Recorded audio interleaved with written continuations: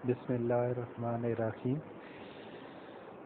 Statistical physics online lecture में welcome करता हूँ। जैसा कि पिछले लेक्चर में मैंने आपको एक असाइनमेंट दी थी, उस असाइनमेंट में हमने पहले कुछ स्लाइड्स आपको टॉपिक की दी थी समरी के तौर पे, और फिर उन्हीं से रिलेटेड कुछ फार्मूलाज दिए थे, और फिर मैंने आपको आखिर में असाइनमेंट के तौर पे कुछ प्रॉब्लम दिए थे। जैसा कि आपको स्क्रीन पे नज़र आ रहा है, ये वो प्रॉब्लम है जो पिछली असाइनमेंट में मैंने आपको दिए थे। तो होपफुली कि आपने वो प्रॉब्लम सॉल्व किए होंगे, ठीक है। और अब उसके मैं सलूशन आपके साथ थोड़े से सेंड कर रहा हूँ, ठीक है, ताकि आप इनको देख सकें कि आपने क्या क्या गलती की है।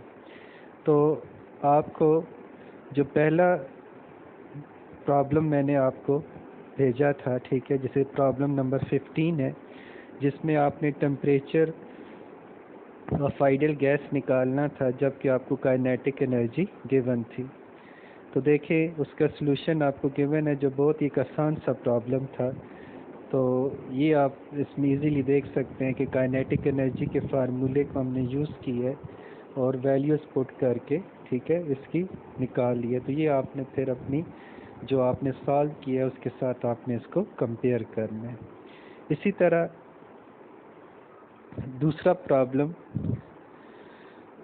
आपका था कि आपने यूज़ करना था थर्मोडायनेमिक्स रिलेशन को, और आपने C P minus C V is equal R formula derive करना था, ठीक है। इसका सलूशन भी मैं आपकी तरफ सेंड मैंने कर दिया है, ठीक है, इस फॉर्म में, ठीक है। तो इसमें हमने थर्मोडायनेमिक्स फंक्शन को इस्तेमाल किया था और फिर हमने इसका सलूशन निकाला था। तो ये आपके पास मैंने आपको सेंड कर दिया है, ठीक है, ये solution C P minus C V is equal R.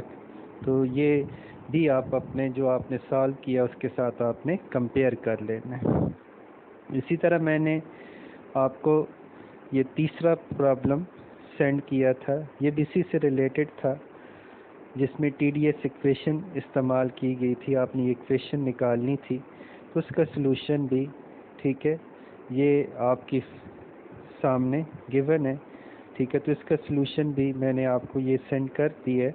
तो ये आप अपने उसके साथ जो आपने सॉल्व किया उसके साथ आपने कंपेयर कर लेना है, और ये फाइनल उसकी इक्वेशन आती है। फिर आखिरी चौथा प्रॉब्लम मैंने इस असाइनमेंट का आपको दिया था, ठीक है, जिसमें इसी इक्वेशन को मज़ीद TDS इक्वेशन को आपने एक्सटेंड करना था और इस फॉर्म में लेके आना था। तो उसका सलूशन भी ये आपके सामने है इस फॉर्म में, यानी उसी इक्वेशन से रिलेटेड है। तो ये भी सलूशन मैंने आपको सेंड कर दिया है, तो इसको भी आप कंपेयर कर लें कि जो आपने सॉल्व किया हुआ था।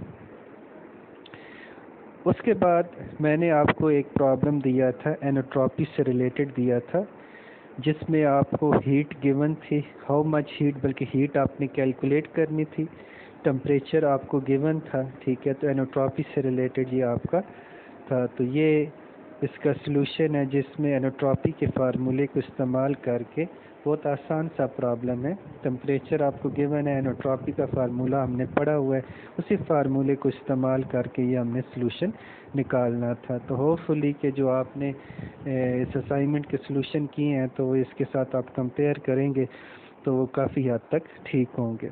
इसके अलावा मैंने आपको दो मज़ीद प्रॉब्लम दिए थे।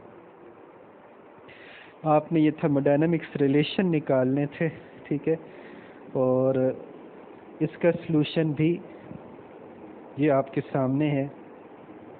तो आपने इसको भी चेक कर लेना है कि ये जो आपने सॉल्व किया और इसको आपस में कंपेयर कर लेना है। तो इसके अलावा मैंने आपको एक और प्रॉब्लम दिया था, प्रॉब्लम 2.6, न्यूमेरिकल प्रॉब्लम रिलेटेड था रिलेशन के साथ। तो इसका भी सलूशन ये आपके सामने स्क्रीन के ऊपर है, ठीक है, जो पिछली असाइनमेंट के है। तो ये भी आपने उसके साथ कंपेयर कर लेना। ये भी एनोट्रॉपी से रिलेटेड आपका प्रॉब्लम था। तो ये वो प्रॉब्लम थे जो पिछली असाइनमेंट में मैंने आपको दिए थे। सॉल्व करने के लिए। तो अब इस लेक्चर में मैंने उनके सॉल्यूशन आपको भेज दिए हैं ताकि आप उसको देख सकें कि आपने किस तरह सॉल्व किया, और ये आपने जो सॉल्व किया और इसका जो सॉल्यूशन मैंने भेजे हैं इनके दरमियान आप उसका कंपैरिजन कर सकें कि कहाँ कहाँ पे गलती हुई आपसे। अच्छा, इसके बाद जो नेक्स्ट अब मैं आपको असाइनमेंट देना चाहता हूँ, क्योंकि थ्योरेटिकली तो हम काफ़ी हद तक कोर्स कंप्लीट कर चुके हैं, तो आपसे यही हुआ था कि बात हुई थी कि न्यूमेरिकल प्रॉब्लम हम डिस्कस करेंगे। तो अब मैं आपको जो नेक्स्ट एक स्लाइड में आपके सामने स्क्रीन पे नज़र आ रही है स्टीफन बोल्ट्जमैन लॉज के लिहाज से, और इसकी इक्वेशन भी आपके सामने है कि पावर रेडिएटेड किसकी इक्वल होती है। ये पहले भी आप ब्लैक बॉडी रेडिएशन के अंदर पढ़ चुके हैं। Power radiated per unit area proportional होता है fourth power of absolute temperature के। टेम्परेचर केल्विन में होता है, और सिग्मा आपको नज़र आ रहा है, ये स्टीफन बोल्ट्जमैन कांस्टेंट है, इसकी वैल्यू भी मैंने आपको बता दी है। ए सरफेस एरिया है और पी पावर रेडिएटेड है वाट्स में।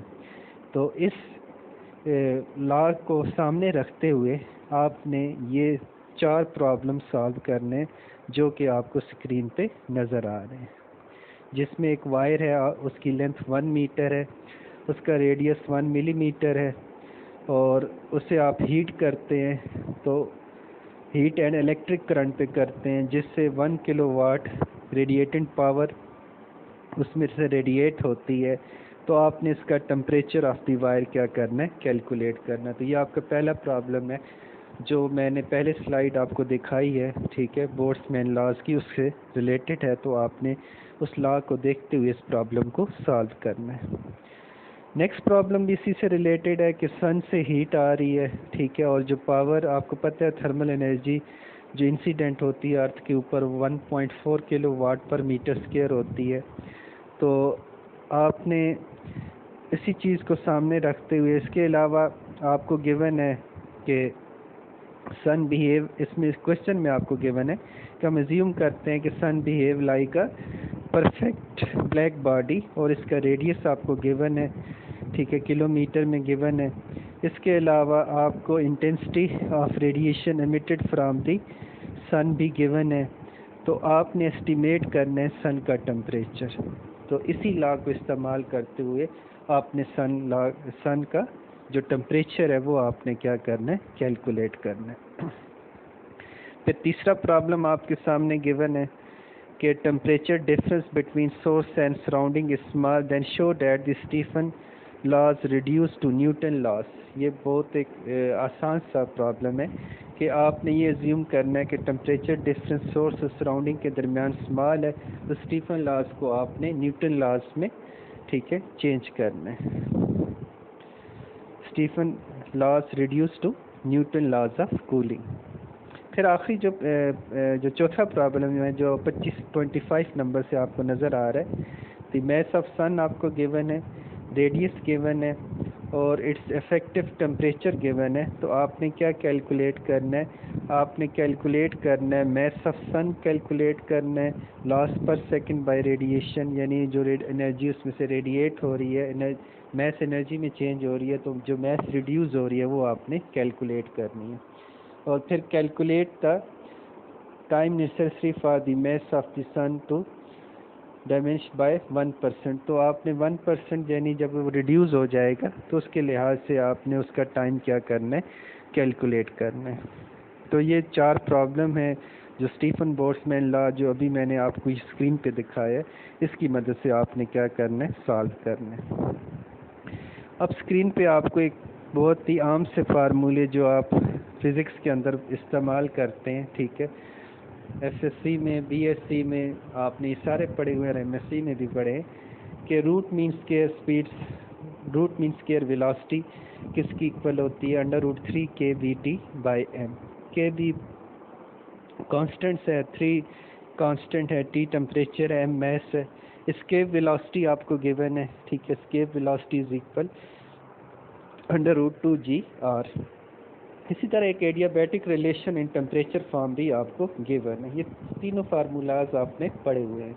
इन फार्मूलाज को सामने रखते हुए आपने ये 3 प्रॉब्लम क्या करने, सॉल्व करने। इसमें जो पहला प्रॉब्लम है कि आपने एज्यूम करना है कि जो हाइड्रोजन मॉलिक्यूल है, ठीक है, थोड़ा सा इसका फ़ॉन्ट स्मॉल है लेकिन आप